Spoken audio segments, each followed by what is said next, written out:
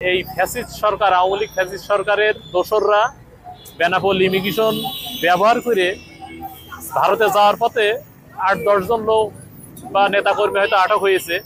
কিন্তু আমরা যেগুলো শুনেছি বা পত্রপত্রিকায় দেখেছি, এরা অবৈধভাবে বর্ডার ক্রস করেছে বেশি, যার কারণে প্রশাসনের উচিত যে এই বিষয়ে নজরদারি বাড়ান।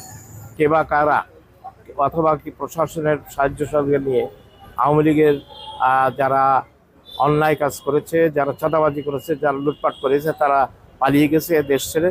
তো আমরা মনে করি এই পালিয়ে যাওয়াটার ব্যাপারে আমাদেরকে অত্যন্ত সজাগ এবং সচেতন থাকতে হবে।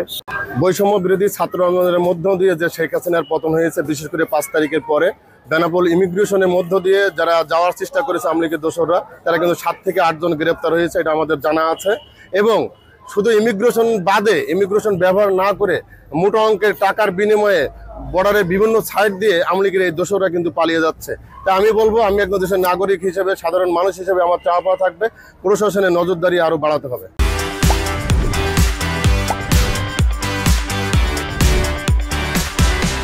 ৫ই আগস্টের পরে আমাদের বেনাপোল সীমান্তের ইমিগ্রেশন ব্যবহার না করে আওয়ামী লীগের দোসররা বেনাপোল কিছু কিছু বর্ডার দিয়ে তারা অর্থের বিনিময়ে পালিয়ে যাচ্ছে ইন্ডিয়ায়।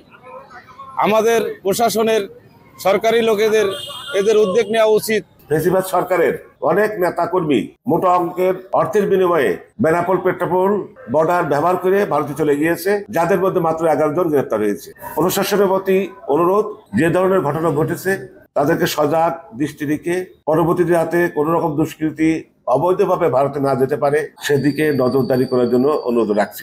গত ৫ই আগস্টের পর থেকে আজ পর্যন্ত বেনাপোল ইমিগ্রেশন ব্যবহার করে ভারতে গমনকালে আমরা মোট ৯ জন আসামিকে আটক করেছি এবং ওনাদেরকে আটক করে আমরা স্থানীয় পোর্ট থানায় হস্তান্তর করেছি।